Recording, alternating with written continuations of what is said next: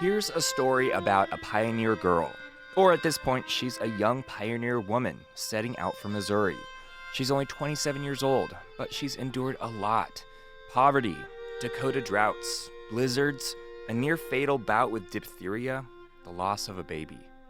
And this pioneer woman's troubles started early. From age 9, she's worked to provide for her family. She's hired herself out to work for a family in their hotel. And, still a kid, fought off an unwanted middle-of-the-night visit from the son of the hotel owner. Now, at 8:40 in the morning, on July 17, 1894, this pioneer woman has gathered together her life savings, her belongings, and her husband and daughter. She's packed them into a covered wagon, like the one she herself traveled west in as a child. She's hidden about $260 cash, tucked away in a lap desk for safekeeping. And she's setting out to Missouri with a dream for a better life, one with verdant farmland and apple orchards. But while this young woman has endured a lot, even more than the hardships you think of when you think of the pioneer girl, she still hopes things are about to get better. She's determined to survive, and in fact, to thrive. And of all the people in her life, the one who's going to help her rise to unexpected heights is not her father, her husband, or her elders, but her daughter. This is a story about how that happens. And what happens on her road to success is significant, because not only does this woman and her daughter defy the image we have of the pioneer girl, she's probably done more than any other American to create it. Her name is Laura Ingalls Wilder.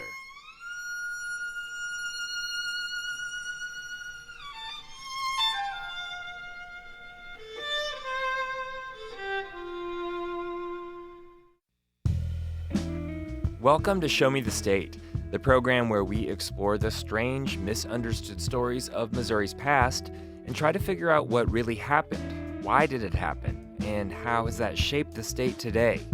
I'm Christopher Husted.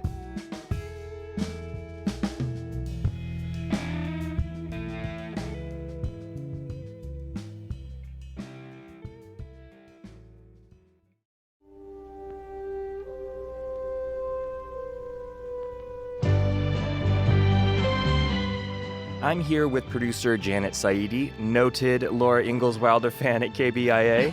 Hi, Chris. Hello. So, Janet, I remember reading Little House on the Prairie in elementary school, but I also remember the reruns of the TV show. Yeah, I mean, if you're watching TV in the 1970s, there's no way you could have missed Little House on the Prairie. It was a super popular television series at a time when everybody watched the same thing. It was, of course, based on the popular series of children's books written by Laura Ingalls Wilder, starting in 1932 from her home in the Missouri Ozarks. Morning, working hard? Morning, Ingalls. Not too hard. Pa Ingalls, played by a very fit Michael Landon, who always seemed to be showing his chest, embodies the ideal of the yeoman farmer making a place for his family on the frontier.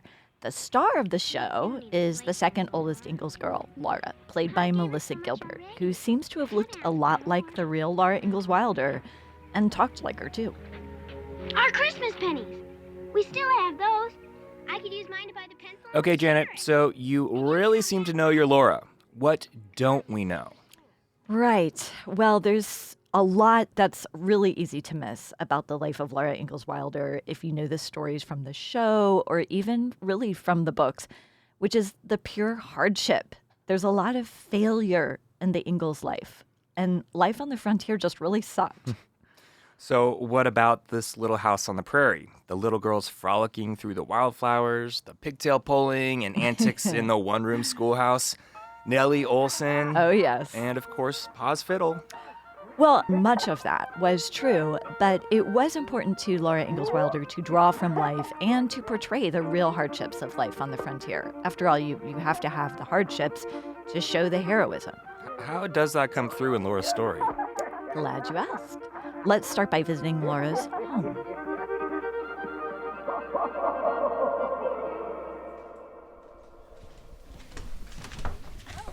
Yes. Are you ready to go to the house?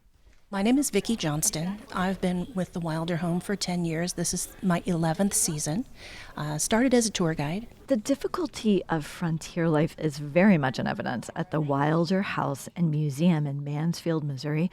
About 30,000 visitors a year make the trek to Rocky Ridge Farmhouse where Wilder lived and wrote. You can see Pa's fiddle there, by the way, Chris. Nice. People at the Wilder House in Mansfield tend to have a true sense of the struggle Wilder was portraying because they know not just the TV show, but also the books. People here really know the books. This is the actual fiddle that Charles Ingalls played.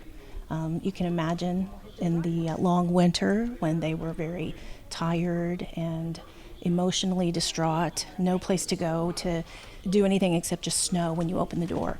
This fiddle gave them so much comfort. Barb Hawkins has been leading tours through the Wilder House and Museum since she retired after 35 years of teaching.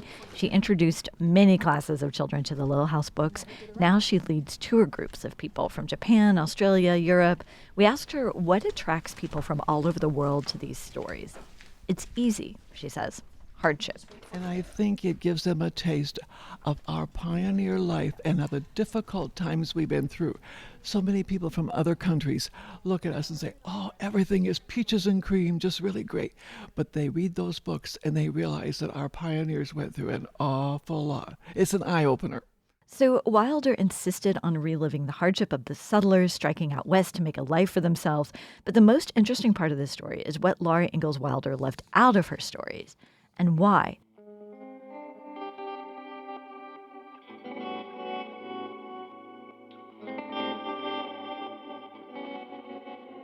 To get to this story, you have to go all the way back, beyond Laura's marriage, beyond Walnut Grove, back to even before the little house in the big woods, to Charles Ingalls, that yeoman farmer ideal, plowing his way west with the spirit of America and manifest destiny at his heels. And when you go back in that history, you see a different picture. We have certain fixed ideas about Wilder that turn out not necessarily to be true. Historian Caroline Fraser points out in Prairie Fires, her biography of Laura Ingalls Wilder, it's the Pulitzer Prize winner in biography last year, Charles Ingalls kept moving, that's true, but he didn't always move consistently westward as portrayed in the books. He backtracks and zigzags. Ma'am? Oh, what can I do for you? Well, I'd like a plow and weed seed, enough for 100 acres. I understand. And sometimes the land Charles Ingalls settled on was not his to take, which takes us to the house right before and after that little house in the big woods, a house on the Kansas frontier built by Charles Ingalls on Osage land with logging from forests that also belonged to the Osage Indians. At a time when the U.S. government was taking land from the Osage and other Native American tribes under the 1830 Indian Removal Act, squatters' settlements were popping up, and newspapers and advertisements were promoting them. Charles Ingalls was one of those squatters. In the winter of 1869, Laura was almost 3. She described in her writings Jack the bulldog guarding the cabin, Pa lifting her up to the cabin window to see a pack of wolves circling the house, quote, their noses pointed up at the big bright moon. But by 1870, Charles Ingalls was already packing up and moving again. Fraser writes that this was the third home he'd abandoned and the second home abandoned with debt or non-payment. Oh, I understand, cash on a barrel, and it's the way I like to deal and will just as soon as I get that first crop to sell. They really did struggle. I think her father caused a lot of hardship for the family by moving them around to different places, which really wasn't all that unusual then, but there were certain moves that he made that definitely, I think, impoverished them. And so I think she is very selectively choosing what to tell and what not to tell. Of course, an important aspect of frontier life that Wilder clearly left out is the experience of non-settlers on the frontier. She's been criticized for an insensitive portrayal and exoticism of Native Americans and African Americans on the frontier. Those stories are minimized or absent, and painful aspects of her own family's hardships are also left out. The Ingalls family abandons the Kansas house, then the little house in the big woods of Wisconsin, and the family goes to Minnesota. They live in a dugout near Walnut Grove on the shores of Plum Creek. This is where another Ingalls baby is born, Freddie, in 1875, a year before The Adventures of Tom Sawyer is published. But this younger brother doesn't appear in the books. Soon after he's born, Pa packs up the family again. They leave the peaceful shores of Plum Creek and move east this time to stay with relatives. They travel in a covered wagon, and on the way, Freddie dies. This was a story too painful for the books.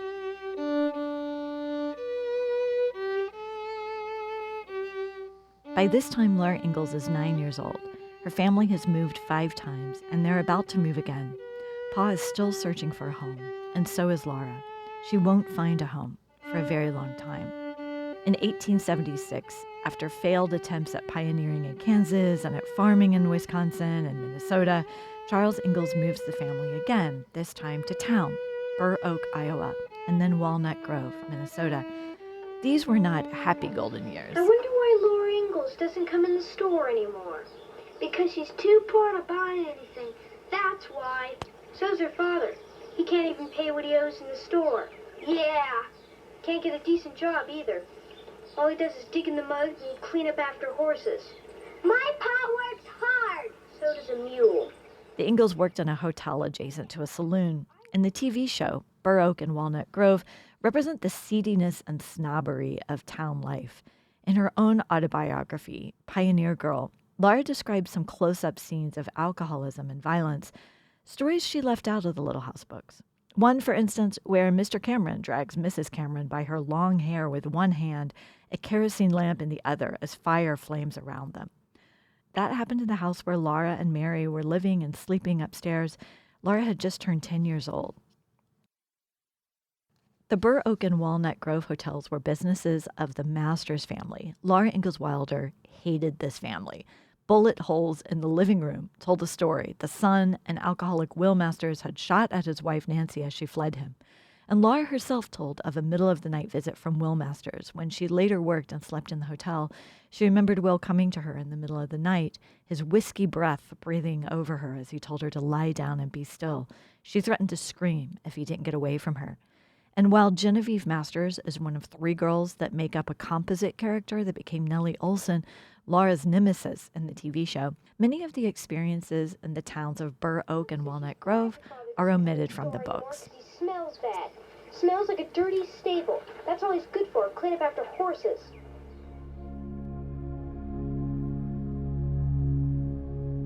So the Little House stories are true and not true. Or as Wilder herself put it, the stories are not historic, but they are true. The thing is, Pioneer Girl, Laura Ingalls Wilder's first attempt at writing books, wasn't something she was able to get published herself. It was rejected by publishers, and one who finally recommended that she might retell these stories for children, which she did eventually. Pioneer Girl and her real stories weren't published until the year 2014. That might be why when we talk about the stories of Little House, there's a lot that we don't talk about. We don't talk so much about poverty, welfare, homelessness, assault, alcoholism.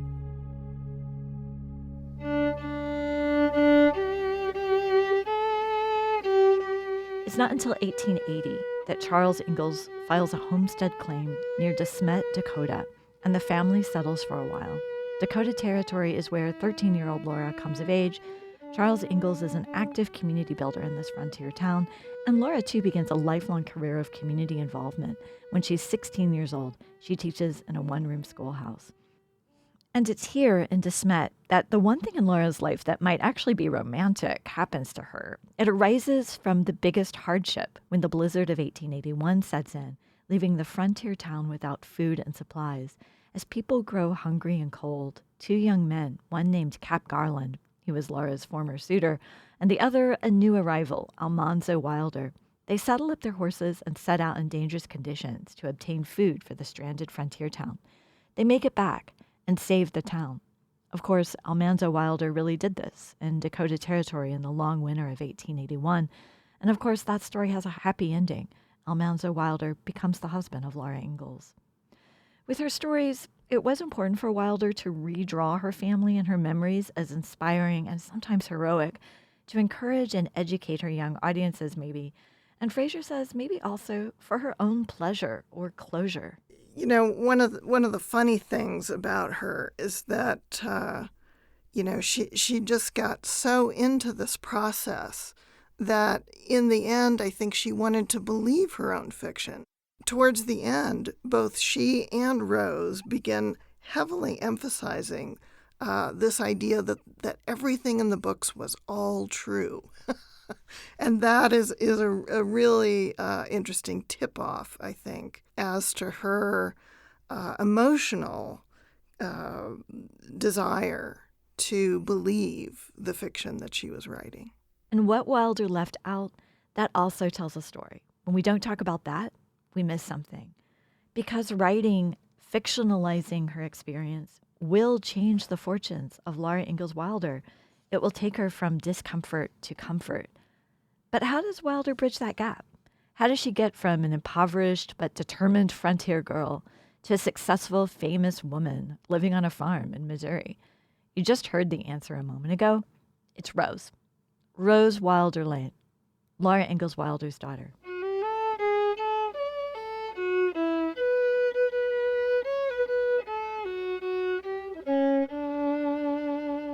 Thank you, Janet.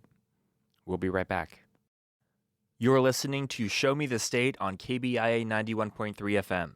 Check out our other podcasts, The Obvious Question and the True False podcast on kbia.org or wherever you get your podcasts. Now back to Show Me the State. So yeah, we're going to see a lot more people on the Rose Tour, but It's nice to meet you. Nice to meet you too. I'll let you carry on before the next tour starts. okay, thank you, Ron. So now we're back at the Wilder House and Museum in a place at the farther edge of the property known as the Rock House. This was the house that Rose built, and it's a great place to introduce Rose because Rose loved houses, really loved houses. And it's no wonder. Remember that pioneer girl, her husband and her daughter starting out in their covered wagon? Well, they made it to Missouri. After years of failed crops, disease, a house Almanzo built that literally burned down while Laura and little Rose watched, the family had traveled the hundreds of miles south, joining tens of thousands, 40,000 in 5 years, according to Caroline Fraser, of migrants in an exodus south. And they'd arrived in Mansfield, Missouri. In real desperation, Laura had retrieved that $260 from her lab desk and bought a farm. As Fraser writes, they put the deed in her name alone. Laura was a landowner. They have heard that Mansfield, Missouri is a haven, really almost a kind of refuge with all these fruit trees. And at the time that they made this move, the Ozarks were having a little bit of a moment, and Mansfield was, in fact, going through a kind of a brief boom period. Hi, Catherine. And Marie is one of our docents doing the Rose Tour this season, and so this is what she's doing at the moment. And I'm going to let you listen in as Marie talks about the Rock House. This is part of the Rose Tour. Now, Rose bought the house plans from the Sears and Roebuck catalog. I have a replica of one of those catalogs over there. And I think her father probably suggests that she buy the building materials from local businesses so she would have more This summer at the Wilder House and Museum, the Rose Tour was a specialty.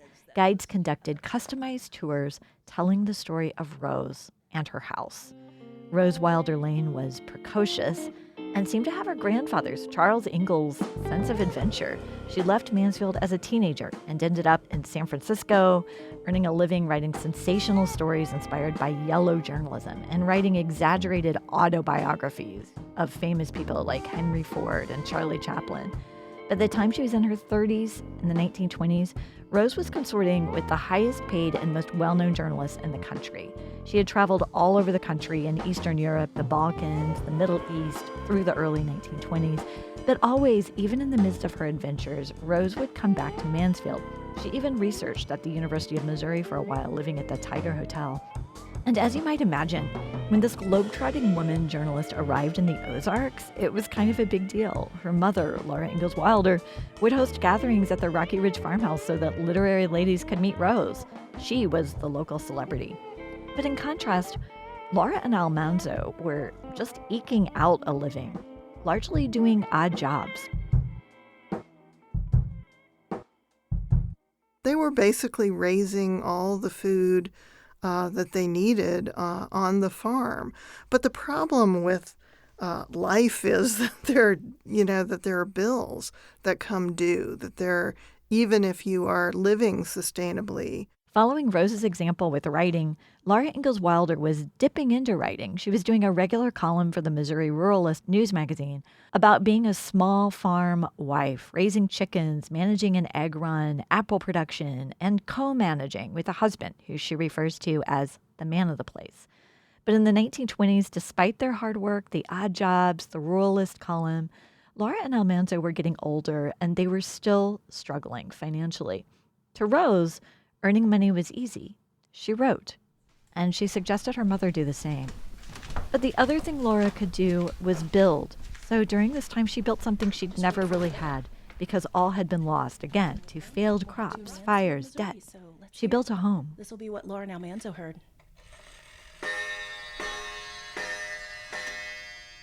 She took the old Mansfield farmhouse and added authentic materials and design, possibly inspired by Frank Lloyd Wright's prairie style. She told Almanzo not to even bother making the stone hearth if he could not haul the authentic local rocks up to the house. She paid attention to the details. And so did Rose. After giving up a huge mansion she designed in Albania, Rose came to Mansfield and designed a place on the property she called the Rock House. Laura's revolver. Jeez. Wilder was really intent on creating a place that just embodied security and stability and permanence. And I think that goes all the way back to her childhood, the covered wagon era, the rootlessness of her early years where her father is taking the family all over creation, and the impermanence of the places that they lived in as a child, the tar paper shanties. There's this photograph of Carrie Ingalls' shanty from a little bit later in South Dakota that gives you an idea of just how very primitive those little shacks were. I mean, there was no real foundation, no plumbing, of course, no privacy. And so I think she did yearn for a place that embodied stability. That's funny. This is the third sewing box that I've seen today. She's a great seamstress. Yeah. Oh, yeah. Beautiful, beautiful stuff. So you're going to take a look at Pa's fiddle? So now in Mansfield, you have Rose traveling the world to designing outrageous houses. You have Rose's mother, Laura Ingalls Wilder, building the Rocky Ridge farmhouse after a life in covered wagons. You have Rose's grandfather, Charles Ingalls, Pa, constantly on the move in search of land, farm, and independence. Always in this story, you have to search for a home.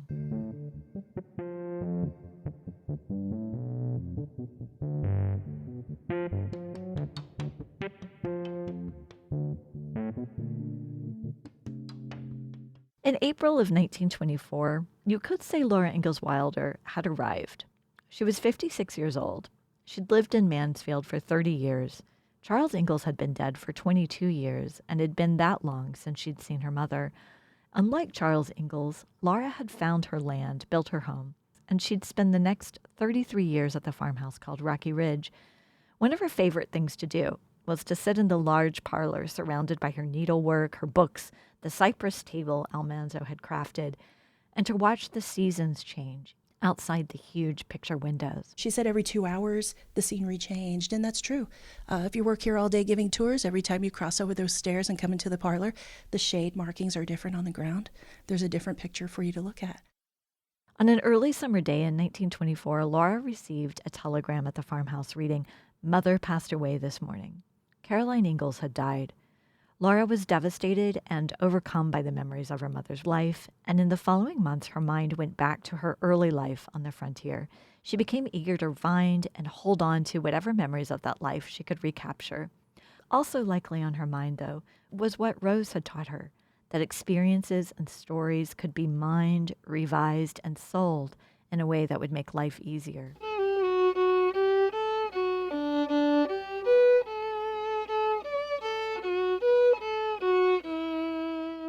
So, As Caroline Fraser tells the story, on a summer day in June, a year after her mother's death, Laura Ingalls Wilder wrote to an aunt, Martha Carpenter, with a request. She asked her aunt to send her the vanity cake recipe that she'd never had a chance to get from Caroline. And then she went on to ask for much more from Aunt Martha, her memories. Send me, she asked, the pages and pages of things you remember. That was 1925. Over the next few years, Laura Ingalls Wilder sat and wrote her story, Pioneer Girl.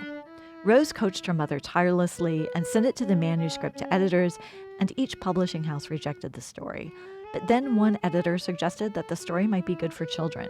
After many, many revisions and rewrites between Laura and Rose, Little House in the Big Woods hit bookshelves, followed by 8 other books for young readers. Laura Ingalls Wilder was 65 years old. Since 1932, the books have sold an estimated 60 million copies and been translated into more than 40 languages. Laura Ingalls Wilder stayed on the farm in Mansfield until her death in 1957 at the age of 90. Her goal was to make it to 90, just like Almanzo had.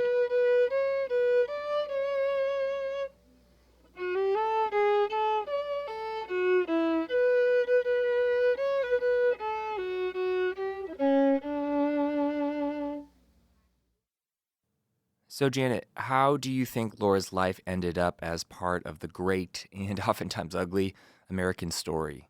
Well, it's interesting, Chris, to think back to that little family embarking on a covered wagon trip to Missouri. What they were leaving behind and what lay ahead and how it would be achieved. And so much would be achieved, more than Laura or Rose could have dreamed of. There would be apple orchards, the verdant landscapes and the farm life. There would be wealth and success, adoration, even celebrity. All that achieved from a little farm in the Missouri Ozarks. But it's also useful to remember that ultimately the comfort, the sense of home came not from the land itself, as Laura Ingalls Wilder wanted us to believe. It didn't come from the calf tending and chicken raising, but from the writing, telling the stories from life, memory, and the mining of those past experiences, some of which were too painful to write. And through those memories, putting American readers in a vision of family, of home, of mid-America. Sadly, not a vision that included all Americans, that left out some of our story, but a vision that spoke of struggle and family, music, sadness, joy, all playing out in a comfortable, hard-won home. Or you might say, in a little house on the prairie.